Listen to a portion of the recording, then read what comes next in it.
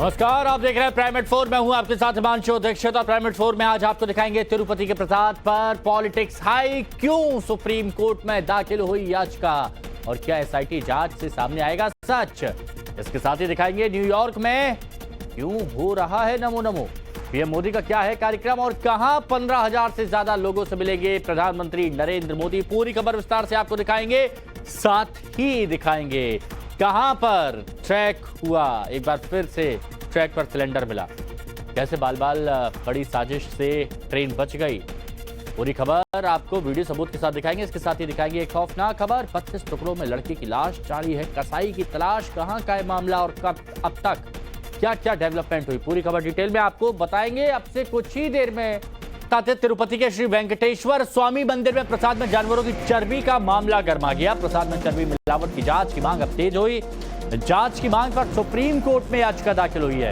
सुरजीत यादव नाम के शख्स ने याचिका दाखिल की और याचिका में केंद्र सरकार से जांच की मांग की गई है। केंद्र सरकार से एसआईटी गठन की मांग की गई है।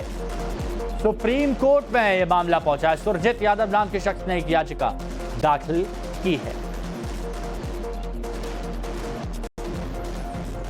प्रसाद में चर्बी मिलावट की जांच की मांग अब जगह जगह से उठ रही है।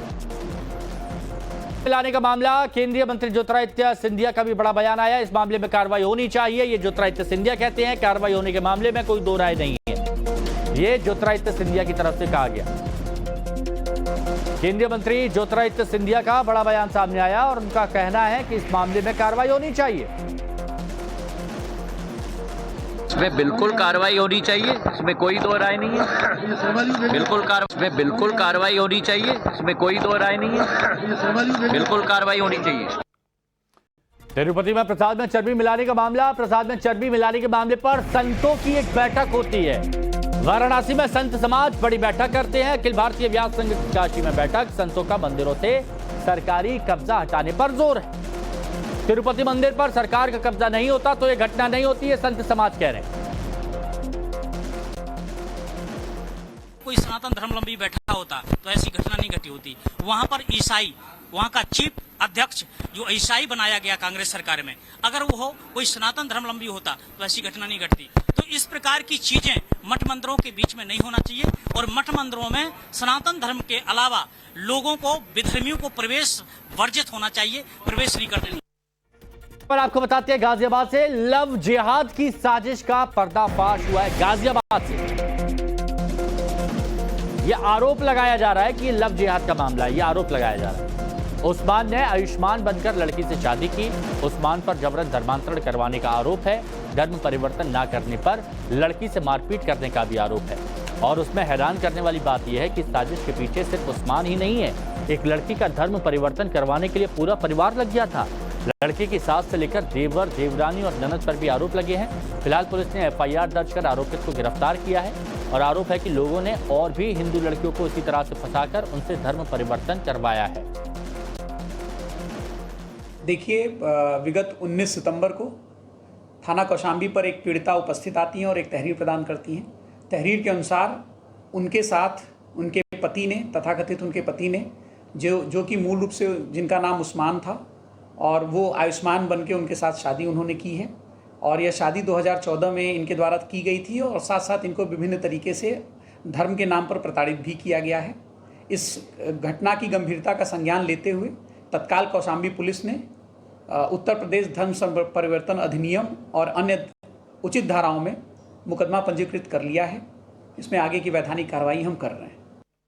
तो परिजन आरोप लगा रहे हैं कि लव जिहाद का मामला है, पुलिस एक्शन की बात कर रही है। चलिए उड़ीसा की बात करते हैं। उड़ीसा में आर्मी अफसर से बदसलूकी से जुड़ी एक बड़ी खबर आपको बताते हैं। आर्मी अफसर की मंगेतर से बदसलूकी का मामला, पीड़िता की गिरफ्तारी से पहले का सीसीटीवी सामने आया है। आर्मी ऑफिसर की मंगेतर की मेडिकल रिपोर्ट भी सामने आई है। ये मेडिकल रिपोर्ट आर्मी ऑफिसर और उसकी मंगेतर की गिरफ्तारी से पहले की है। दरअसल भुवनेश्वर के भरतपुर पुलिस स्टेशन में आर्मी अफसर और उनकी मंगेतर के साथ उत्पीड़न का मामला सामने आया था। आर्मी ऑफिसर की मंगेतर ने आरोप लगाया था कि पुलिसकर्मियों ने उसके हाथ पैर बांधकर कमरे में बिठा दिया था 14 सितंबर को आर्मी ऑफिसर अपनी मंगेतर के साथ घर आ रहे थे। रास्ते में कुछ बदमाशों ने उनके साथ बदसलूकी की, जिसके खिलाफ शिकायत दर्ज कराने के लिए वो भरतपुर थाने पहुंचे।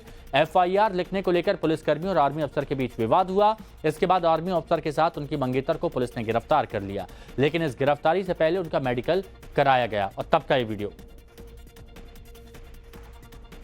ये तब का एक वीडियो सामने आया, इसमें आप देखिए। हिस्सा लेंगे प्रधानमंत्री नरेंद्र मोदी। भविष्य के शिखर सम्मेलन में पीएम मोदी शिरकत करेंगे। कई महत्वपूर्ण द्विपक्षीय बैठकों में भी हिस्सा लेंगे। कई कंपनियों के सीईओ के साथ राउंड टेबल मीटिंग करेंगे। और जब इस तरह की राउंड टेबल मीटिंग होती है तो उससे भविष्य में भारत में व्यापार में भी काफी मजबूती मिलती है। संयुक्त राष्ट्र में भविष्य के शिखर सम्मेलन में हिस्सा लेंगे पीएम। न्यूयॉर्क में भारतीय समुदाय के साथ पीएम नरेंद्र मोदी का भव्य कार्यक्रम है आज, जो नौसाउ वेटरन्स मेमोरियल कॉलेजियम से मेगा प्रोग्राम होगा। कार्यक्रम में 15,000 से ज्यादा लोग हिस्सा लेंगे और पीएम मोदी के कार्यक्रम के लिए तैयारियां पूरी की गई हैं।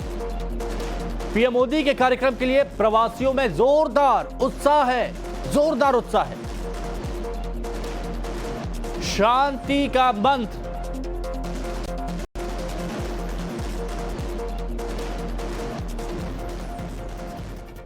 तो क्वाड शिखर सम्मेलन में पीएम मोदी शामिल हुए तो उन्होंने मानवता के हित में साथ चलने का मंत्र दिया। क्या कुछ कहा वो हम आपको सुनाते हैं।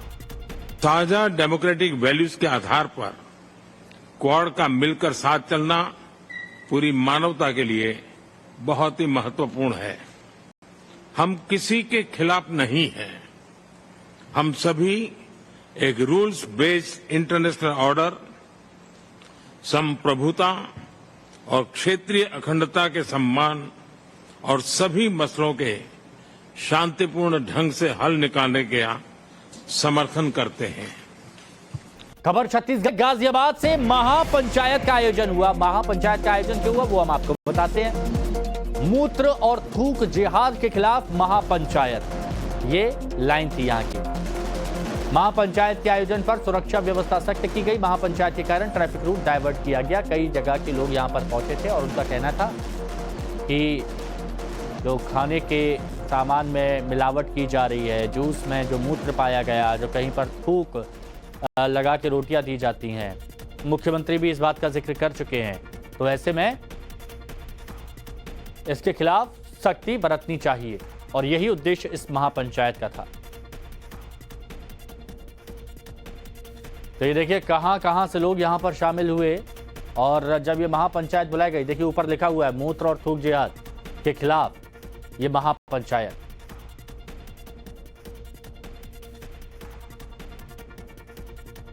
जम्मू कश्मीर में 10 साल बाद विधानसभा चुनाव होने जा रहे हैं और इन 10 सालों में कश्मीर कितना बदला, लोगों के मुद्दे क्या हैं, जनता किसे कश्मीर का किंग बनाना चाहती है, ग्राउंड रिपोर्ट आपको दिखाते हैं।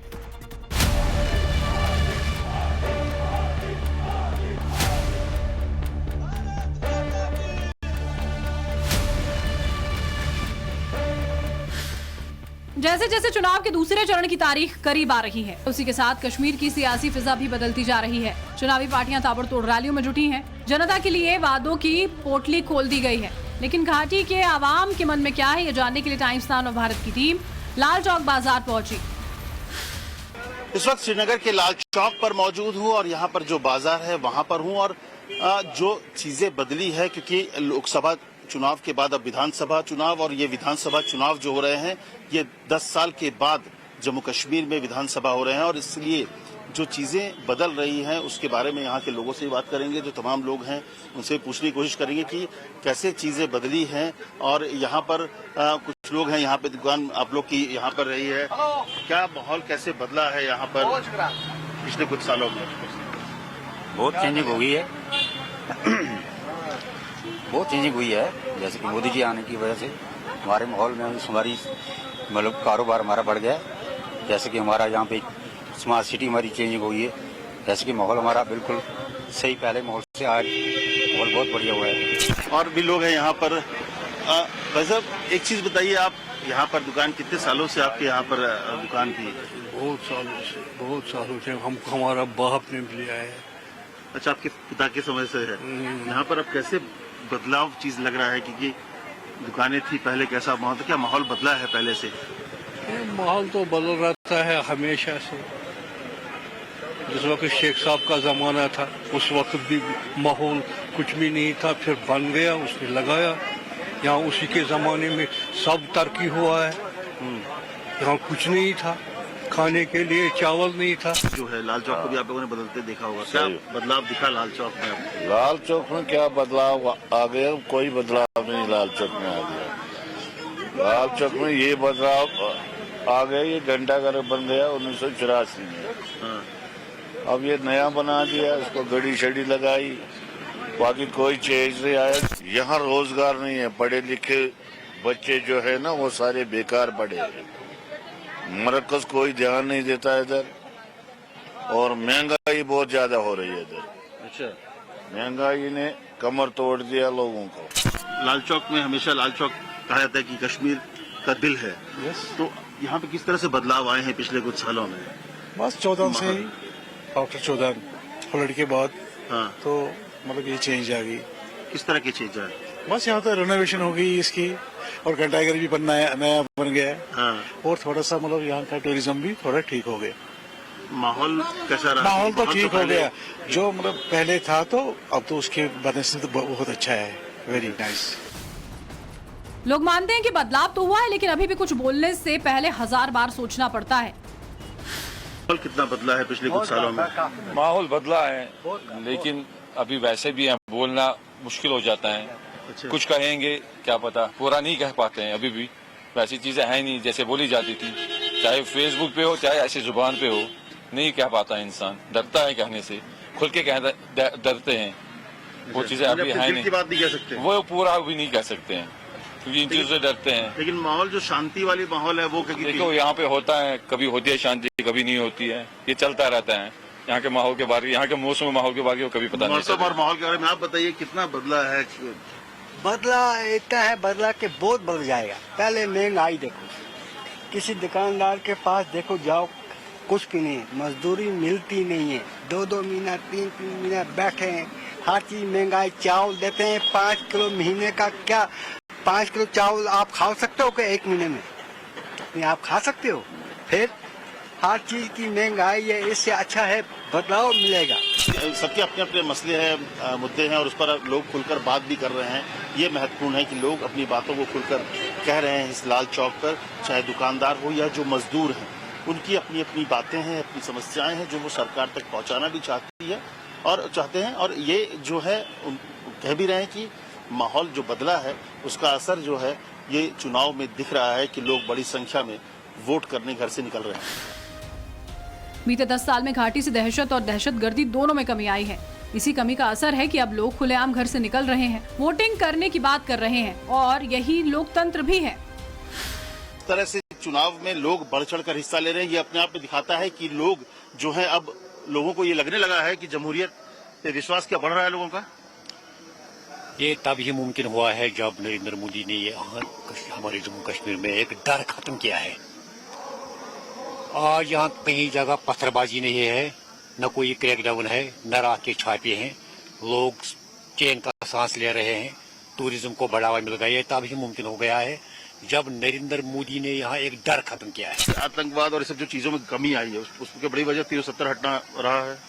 370 क्या हटा? यहाँ 370 तो पहले ही हटा हुआ था। एक मुर्दे को ऐसे ही रखा हुआ था कि कश्मीरी को दिखा रहे थे कि ये 370 है, लेकिन आम लोगों को ये पता नहीं था कि ये लाश खड़ी है वहाँ गुमजे में। अच्छा। इन्होंने लाश बना के रखा था उसको। कस्तूरी लाल को किसने लाया यहाँ? 40 साल पहले उसको किसने बसाया यहाँ? हल्दीराम को किसने लाया यहाँ? उनको किसने बसाया यहाँ? 370 अगर कहीं था तो उनको किसने बसाया यहाँ? ये आज बता रहे हैं लोगों को कि 370 हटाया इन्होंने, पंथी से खत्म किया। वो क्या था? आप हमें बताइए सर, वो क्या था? मैं उमर अब्दुल्ला या फारूक अब्दुल्ला से पूछना चाहता हूँ कि मेरी डेट ऑफ बर्थ 1985 है, 1985, लेकिन यहाँ इलेक्शन हुआ है 1987 में, जिसमें जमात इस्लामी या बाकी जितने भी दीनी तंजीमें थे उन्होंने मप बनाया था पूरी जमात ने, और एनसी यहाँ राज कर रही थी। उससे पहले 40 साल पहले 47 से 32 साल राज कर रही थी यहाँ। उसका फारूक अब्दुल्ला का बाप यहाँ बता रहा था लोगों को महज राजकुमारी, वो पहले यहाँ का वजीर आजम रहा था, कुर्सी की लालच के लिए उसने वजीर आजम का पोस्ट छोड़ा और कुर्सी पे बैठा चीफ मिनिस्ट्री का। फिर लोगों को पता है कि आप आलू खाना छोड़ दो, हम आपको चावल देंगे। फिर कहां गया वो चावल? अभी जब 87 का इलेक्शन हुआ यहाँ, तो क्या किया? रैगिंग किसने की? बाबरी मस्जिद किसने उड़ा दी? बाबरी मस्जिद को किसने शहीद किया? कांग्रेस की गवर्नमेंट थी, यहाँ एनसी की गवर्नमेंट थी। तब ये कहां थे कि तब ये नहीं बोल रहे थे कि यहाँ हिंदू कश्मीर को हिंदू मार देंगे?